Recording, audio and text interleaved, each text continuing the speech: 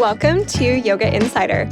I'm your host, Alex Waycott, and in this episode, I'm sharing some secrets to help you become a better observer when you're teaching yoga.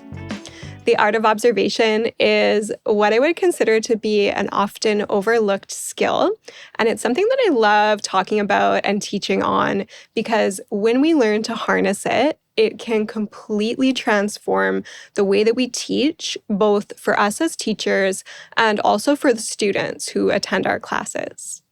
So before we get into almost like a little mini kind of casual training here, I want to first define what I mean when I talk about observation in the context of teaching a group yoga class. So I'm talking about our ability as yoga teachers to look around the room and really notice what is happening with our students. So many aspects of communication between humans and our ability to understand and create meaning is nonverbal. It's deeper than language.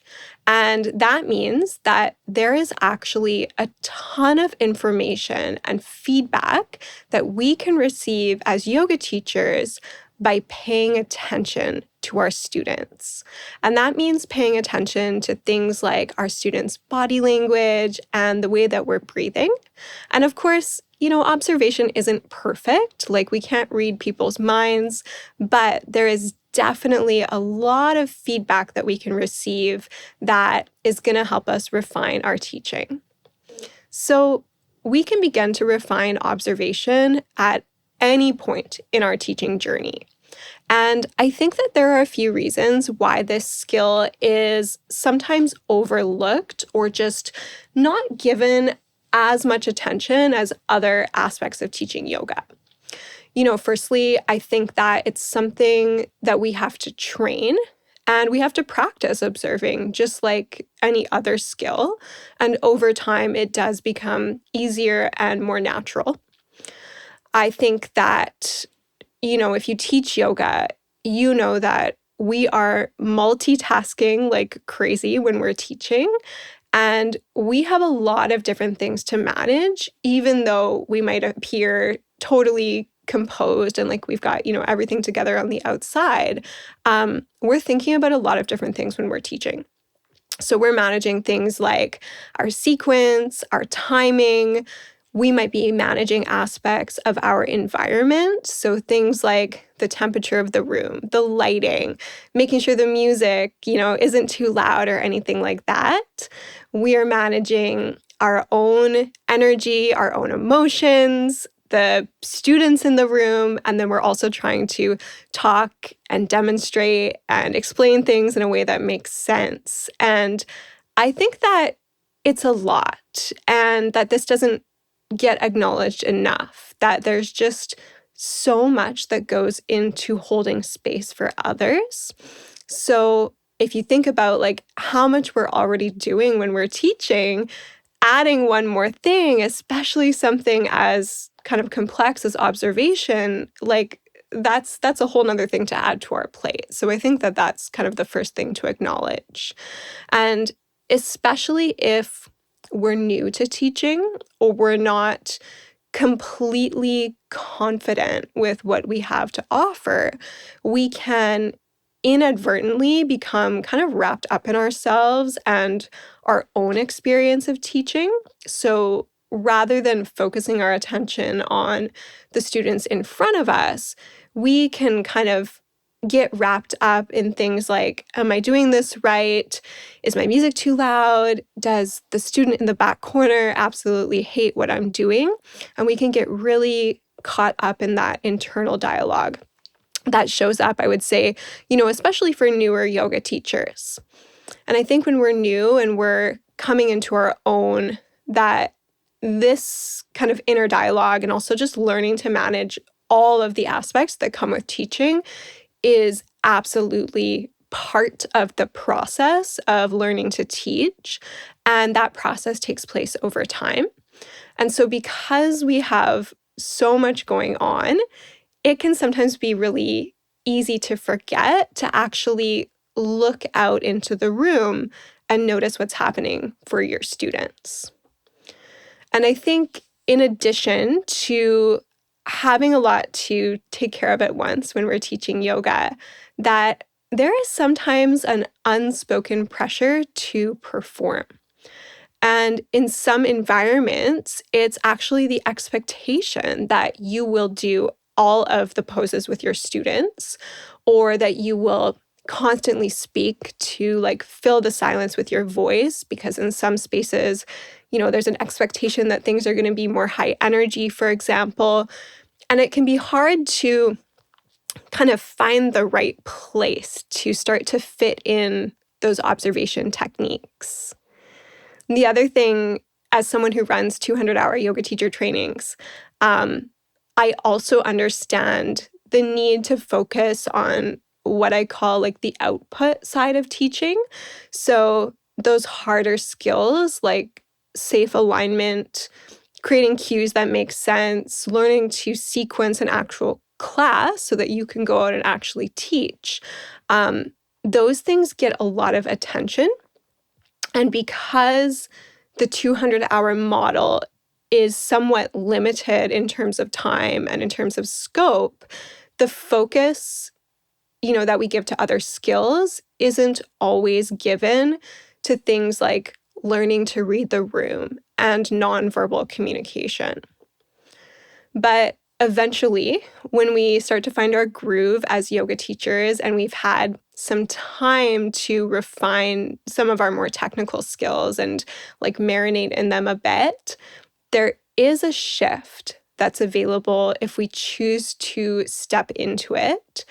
And that is the ability to make teaching less about us as the teacher and more about the students in front of us. And in my personal experience, I think that this is where a lot of the magic of teaching starts to happen. I like to think of observation as kind of like the bridge between those more technical elements of teaching. And those are skills like that we work really hard to develop, and skills that often take quite a bit of time to develop, especially in the beginning. And then that deeper relational skill of really teaching the people in front of us. And when we learn to eventually take the attention off of ourselves and place it on the people in front of us, then teaching becomes more of an exchange, which can be really fun and really interesting, right? Because you never know what you're going to get. And it's kind of like an opportunity to go off script and essentially teach to what you see happening in the room in front of you. So that brings me to the first question that I want to address today, which is, how do we actually begin to shift from doing to observing? And so by doing, I mean doing all the poses, staying on our mats the whole time. How do we start to, if we wish to do so, like break away from those tendencies or habits or safety nets that we've developed and like step out into the room and kind of start to shift our focus? And I want to start by saying that there is totally a time and place for demonstration. So demonstration can be equally as valuable as observation. But if you have been teaching for a few years now and you never get off your yoga mat, then you might be missing out on an opportunity to start to refine your observation skills and to start to work with that, which is really an art. So for a lot of us, our mat can feel like a bit of a safety net. But if you are in a place where space allows, you do want to start to either move around the room or at least look around the room so that you can begin observing. Because if you're doing absolutely everything with your students all the time, there's going to be a lot of instances where maybe your head is down, you're looking at the floor, you're looking at the wall behind you, and it's really challenging. It's not impossible, but it's really challenging to take a good look at what's going on in front of you. And, when you start to walk around the room and observe a little bit more, it does also mean that you are going to need to start to rely on your words and your language a bit more than your body. So you're not going to be able to fall back on exclusively demoing everything. And I think that stepping off your mat, if you're not used to doing it, is something that requires a lot of confidence, because you're really going to have to trust your cues. You're going to have to trust the cadence of your voice and your ability to communicate things effectively without doing them, right? So there's a lot going on. And I would say that there's a little bit of a mindset shift or a psychological element as well, where you kind of have to prepare yourself for that change, right, in your teaching. Observation is, in my opinion, best learned through experience. So through actually doing it with, some inevitable trial and error, rather than something that we're intentionally taught. And so I think when you're first learning to observe your class and you first begin to consciously do that, if you're not doing it already, I would recommend that you start in a smaller and more manageable way by essentially building in some intentional moments where you can observe into your class. So rather than completely overhauling your teaching and going from overnight, from doing everything with your students to suddenly, not doing any poses at all and just standing there and speaking, that can feel a little bit abrasive, probably for everyone. And so with anything, I recommend, starting small and easing your way into it.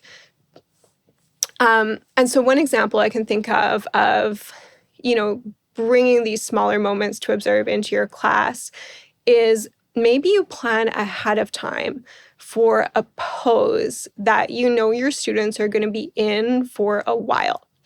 So ideally, this is something where there's not going to be too much strain, something where they'll be able to safely stay for a while. So probably not a standing leg balance or something that's going to be hard to hold.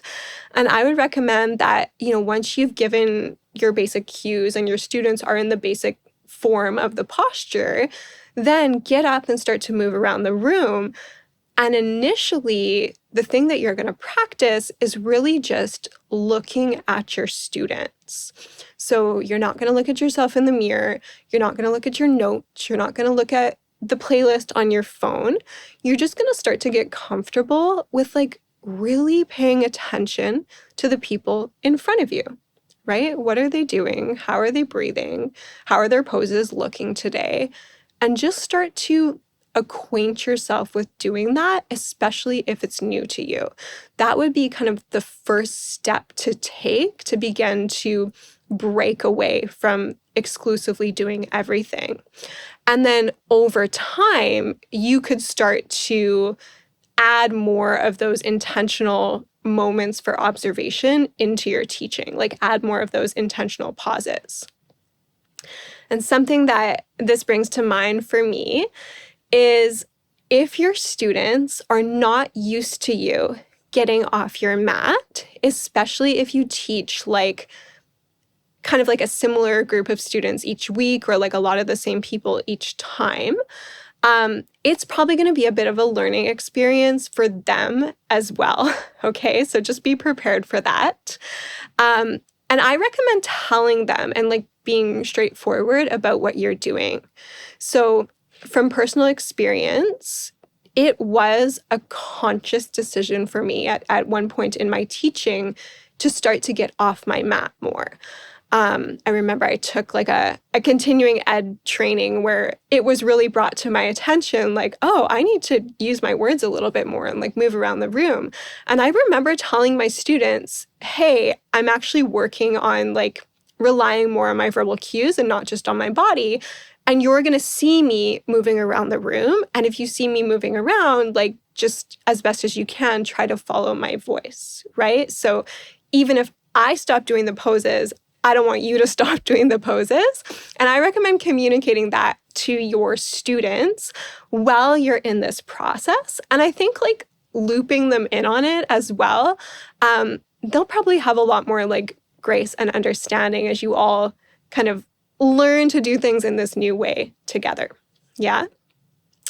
I also want to acknowledge that there are exceptions in every situation, and some groups and some, demographics of students are going to require more demonstration from you than other groups.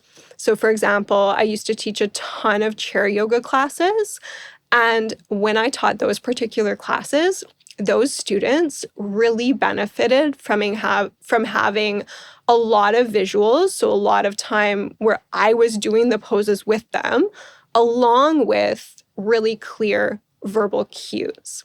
And that meant that I had to kind of learn how to observe from one particular point in the room for the most part and do most of my observation from the chair. And I just want to put that out there.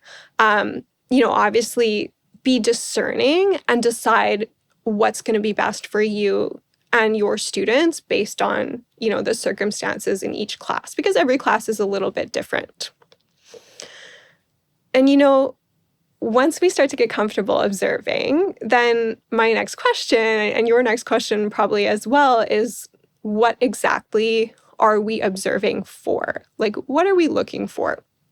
Because when we're scanning the room, we're not just looking around randomly, we're actually training ourselves and training our eye as yoga teachers to look for specific things. And those specific things are going to give us feedback as a teacher. And what you'll find is that you will probably receive some insight into how your students are feeling. And you're also going to get immediate feedback about your cues and your sequence. And you're going to know right away whether or not your cues are landing and whether or not they make sense for people as well. And I think that particular aspect of observation, like that immediate feedback that comes with observation, can feel quite vulnerable for us as yoga teachers. Because if your cues didn't land, you'll know right away, and that might not be the best feeling. And it can be uncomfortable, and it might even be something that causes some teachers to kind of unconsciously hide behind doing all of the poses rather than observing the room. So I want to share with you today some of the main things that I like to look for when I am actively observing my students. And the first is breath. So how are people breathing? If someone's breath is shallow or strained, that's usually a really good indicator that they are working a little bit too hard in their pose or they're not feeling steady. So they might benefit from a different variation. They might benefit from a prop. And if someone looks like they're holding their breath completely in a pose, then I'm definitely concerned. And I'm probably going to look for a way to help them find more ease in the posture. So I would say that's one of the number one things that I'm looking out for. And a question that you can ask as well is how are my students breathing? What is going on with their breath in their practice? Because that is going to give you a lot of information. And that's also a really wonderful opportunity to offer personalized feedback right in the moment, right? So that we can help our students out. Now, the next thing that I'm looking for is quite similar, but it's what I would call just general signs of discomfort. So what is happening in my students' faces? Are they fidgeting? Do they look like they're having a really hard time settling into the pose? And, all of these kind of clues that we're looking for, none of them are perfect, right? Because you probably know that some people just naturally have maybe a bit of a grumpy look on their face. And you might think, oh my gosh, that person hates my class. And then they come up to you after and they say how much they loved it. So like, what's going on with people's faces isn't always perfect. But if somebody is really kind of like, they look like they're clenching their teeth or whatnot, like that might be a good indicator that there's discomfort. And, same thing with fidgeting, right? Some people naturally fidget, and that's the way that their nervous system kind of settles, and that's totally okay. But I would kind of tune into those things. And obviously as well, like if you have the same students all the time, you start to get a sense of like, okay, that person just naturally fidgets and like that's what they need to do. But other times it can be an indicator that there's some discomfort or like some overwhelm going on. And then when it comes to discomfort, like it's not always a bad thing, but there are some instances where if somebody is straining or having a hard time, like that's something that's going to be really valuable for us to notice, because maybe they do require a little bit of additional support, like in terms of props or a different variation of the pose. And that brings me into the next thing that I like to look out for, which is who needs props and who needs additional support. So I'm looking around the room to see if there is anybody who would benefit from that. And like one example that I can give you, say I see someone struggling in a seated forward fold. So they're on the ground with their legs extended out in front of them, Paschimottanasana. And I look at them and it looks like it's hard for them to sit there. Their lower back is rounded. Their hamstrings look pretty tight. What would happen if I offered them a chip block or a couple of chip blocks to sit up on so that they could elevate their pelvis and maybe start to change that curve in their spine in the shape and get a little bit more comfort there? And then I notice like, okay, their hamstrings look really tight. Well, what happens if I pop something underneath their knees, like a rolled up blanket, and then they can access that hinge in the front of their hips with a little bit more ease in the pose? And then I see, okay, well, they can't, their hands and their feet don't quite connect. So maybe this is where I offer them a yoga belt so that they can make that connection. And all of these props are going to give them that support that they need to really sustain the pose and be there in a way that is more suitable for them. So looking around for those opportunities to help people and really offer them assistance, that's one of the things where, observation is going to be so valuable. It's going to completely change the practice for your students, because if you're not looking around and you're missing out on those things where people are uncomfortable, people are straining, like they're maybe not going to get the assistance that they need from you. Okay, so who needs props? Who needs support? Another thing that I'm looking out for, and this is a little bit more general, so this is kind of looking out at the whole room, but it relates to the clarity of my cues. So one of the most powerful things when it comes to observation is just asking yourself, did my words land? Did my cues land with the students in front of me? And, if half the room is in a different pose or like a different shape from what you asked, then that's instant feedback. And that's an opportunity for you to refine how you communicate, not only in that particular instance, but just in the long term, right? Because you're probably going to start to notice some patterns, and that's a chance for us to take action and make the necessary changes so that we can communicate more effectively. And it's really observation that's going to give us that information that we need. I used to sub a class like many years ago for people who are blind. And that was one of the most amazing teaching opportunities, because I got such instant feedback about my cues every single time I went into that room. I would give cues for something and I would look around the room and, people were interpreting what I was saying in their own way because they couldn't see. And there was like this extra element to it, because typically, if your students are confused in your yoga class, you will probably see people looking around the room and trying to figure out like what other people are doing in the class. And obviously, if your students are blind, they are not going to be looking around the room trying to see what other people are doing.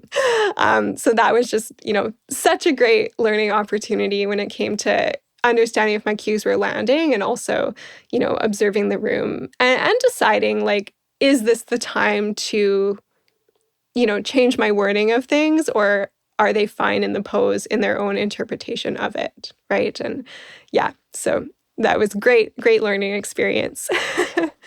And then, once we start to gather that feedback that we get through observation, what do we do with it? And I would say that this is like the most important piece, right? Because if we don't do anything with the feedback, then what's the point? So the first thing that you have to do is start to distinguish between immediate feedback and long-term feedback.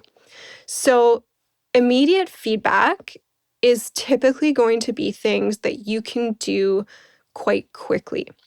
Because if you're teaching like a 60-minute class, for example, you don't have a ton of time to work with, right? So not every single thing that we observe needs to be spoken to in the class.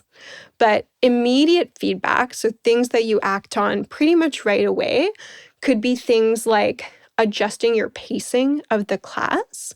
So if you notice that people are struggling to keep up, or people are kind of looking rushed, they're not quite getting into the poses, like that's a really good indicator that you need to slow things down a little bit, okay? And that's something that you can do on the spot without having to change your sequence or anything like that. But just like, can I slow down my delivery? Because it seems like it's a little bit too fast for people.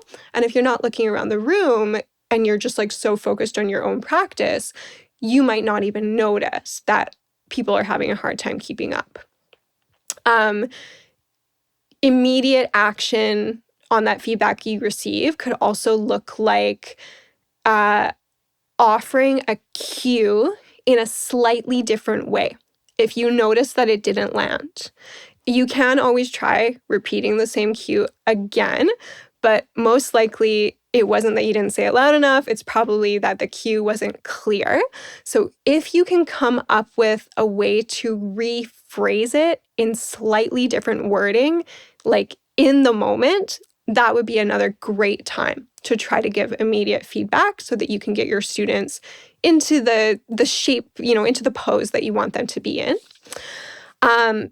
Immediate feedback could also be something like suggesting a prop if somebody's looking strained, offering a slightly different variation of the pose if someone's looking strained or they're holding their breath, and taking, quick moments to offer personalized feedback when it's appropriate. Now, long-term feedback is going to relate most likely to those patterns that you'll start to notice that I mentioned earlier. So it might be something like, people always struggle when I teach this one particular transition. That's probably telling me something about my sequence or my cues and like the way that I'm explaining things. And maybe that's something that needs refining. So these could be a good opportunity for you to kind of step back and think of a different way of explaining things. And what I find when it comes to that more long-term feedback and the patterns that I notice over time, especially if they're patterns that are happening with like multiple students in the same class, is I get a lot of inspiration for future classes from those things. And I don't even have to tell my students like, hey, I noticed, there's something weird going on with half of your chaturangas. Like, I don't have to tell them that. I can just like show up the next week and we're going to, go through our practice and I'm going to really like zoom in on chaturanga and we're going to break it down. And between those classes, I'm going to have some time to think about, what my students might benefit from working on, and also what I might benefit from working on in terms of my cues and my sequencing and whatnot. So I'm refining my skills as a yoga teacher, and my students are refining their skills and like filling those gaps in their practice. And you're really only going to get that, again, if you start to observe the room, which is why I love talking about the art of observation so much. The next thing in terms of what to do with the feedback that you get would be discerning what actually needs intervention, right? So do I actually need to say something right now? Because not every observation requires you to intervene. And so, if something looks unsafe, if somebody is really, really struggling, yes, that's a great time to step in and help somebody out right away. But again, sometimes, we can just let things be. And we don't always have to address everything in the moment. So just kind of be discerning and decide to the best of your ability, like, is this something I need to speak to right now? Or, can it wait and maybe we come back around to it? And that brings me to kind of like the last piece here with that information, which is how do we choose when to respond? Okay. So there are some things, like I mentioned before, where you can respond in the moment, you can respond immediately. So that's like where you rephrase something, you offer a prop suggestion, you shift your pacing a little bit. You can respond later in class sometimes. So if you think that you have like the time and the space for it in class, you might see an opportunity for like a really great teaching moment or a demo. And this actually happened to me just recently. I was teaching binds in a yoga class, and we were moving towards Bird of Paradise as a peak pose. And a student in the class who's newer to me, the student's been practicing with me maybe only 6 months, asked a really great question about binds. And he was like, well, what exactly like should my hands look like in the bind? Like, do I hold my wrist? Do I hold my fingers? And I was like, great question, because if one person is asking it, there are probably multiple other people in the room who are thinking it and maybe just feel a little bit too shy to ask. And it was a moment where it was suitable for me to actually pause the class for just a moment and give a demo.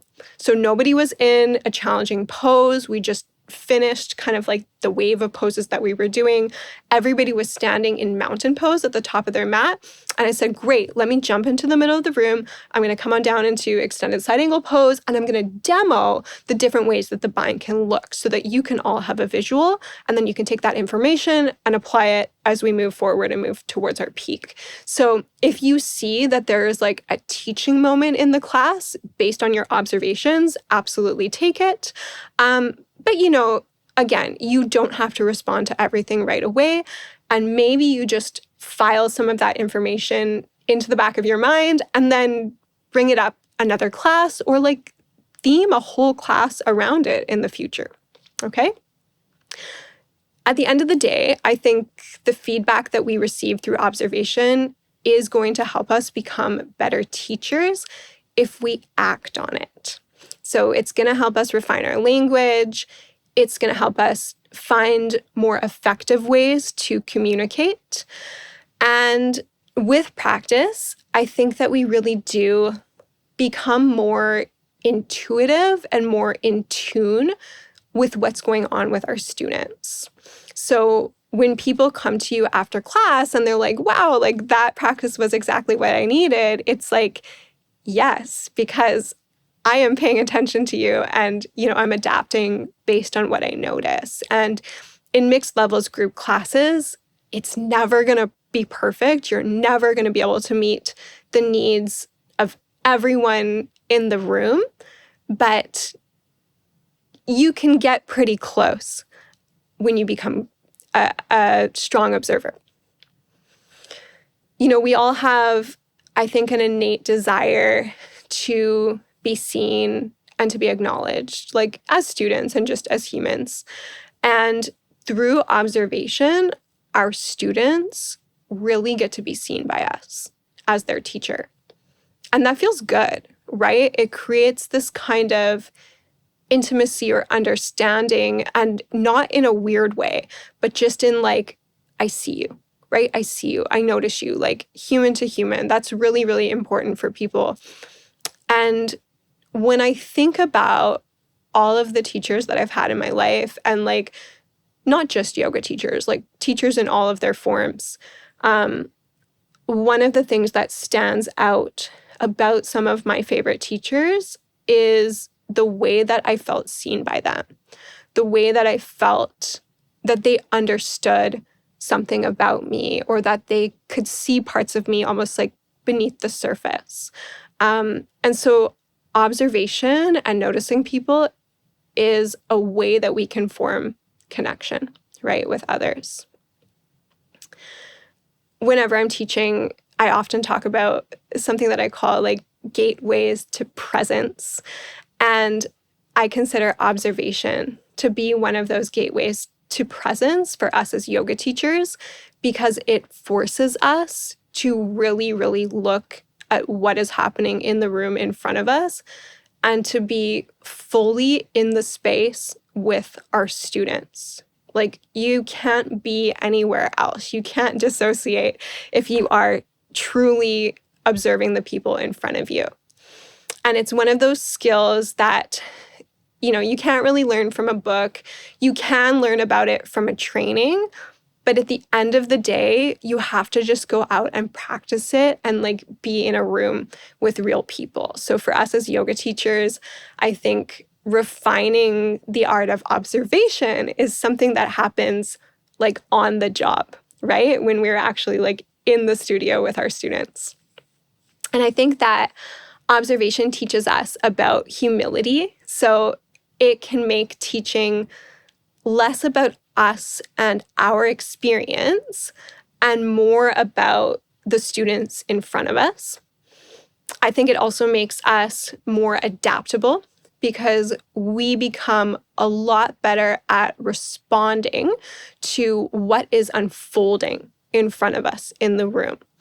And when we're brand new to teaching, I think when unexpected things happen, it can really throw us off and we can be like, oh my gosh, I don't know what to do right now. And it's just like, it's so overwhelming when we're new. And sometimes even when we're not new, like even when we're experienced, unexpected things happen and you're like, wow, I did not think that was going to happen in my class today. And I don't even know what to do or say.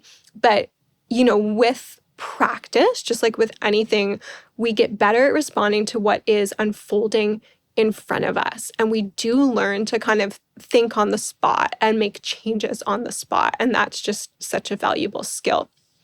And I also think that observation teaches us trust, right? So it teaches us to trust ourselves, our ability to hold space, trust in what we have to say, trust that we don't need to perform. We don't need to do every single pose. We don't need to constantly like fill the space with words all the time. We can actually just kind of like stand back in our quiet power and observe our students and, just take a little bit of time to notice what's going on, process that feedback, and decide what we're going to do with it. So if you take anything away from this conversation, it is that observation is not passive. It is something that we like actively engage in, that we actively participate in, and it is one of our most powerful teaching tools. And it's what allows us to create classes that are going to feel more personal for our students. And I think in, an age where people feel often quite disconnected from themselves and from others, like being able to see our students and like speak directly to them and speak directly to what we see in front of us is just going to make people feel so seen and so connected. And that is why I love, bringing this into the classroom as kind of like a softer skill that we can refine as yoga teachers over time. So if you want to begin refining the art of observation, just to recap a little bit, when you're ready to step off of your mat and start moving around the room and just like getting comfortable looking at people, you want to find small moments or like intentional pauses in your class where it's suitable for you to do that. So don't overhaul your teaching all at once. Start slow. Maybe it's just a couple of poses per class, and then you kind of add on from there. Then when you are observing the room, You want to observe for things like, how are my students breathing? Does anybody look uncomfortable? Do they look like they're straining? Do they look like they're working too hard? Is there anybody who would benefit from a prop, additional support, a different variation of a posture? And how are my cues landing? So just generally speaking, how are my cues being received? Is my communication being understood? Then, once you've gathered some of that feedback, you have to discern what feedback you need to act on immediately and what feedback might be more long-term. And just know that this is such a powerful way to refine your skills in the classroom. And it's something that is going to change the experience for you and for your students. So I really appreciate you listening to Yoga Insider Podcast. If this podcast episode resonates with you at all, if anything is helpful for you, I would love to hear from you. So don't be shy to send me an email. You can subscribe to my email newsletter. Reach out to me on Instagram, send me a DM. I would love to chat and get to know you and just hear your thoughts. Also, don't forget to rate the show wherever you are listening and subscribe to the show wherever you are listening so that more yoga teachers around the world can find Yoga Insider. Thank you so much for listening today. See you next time.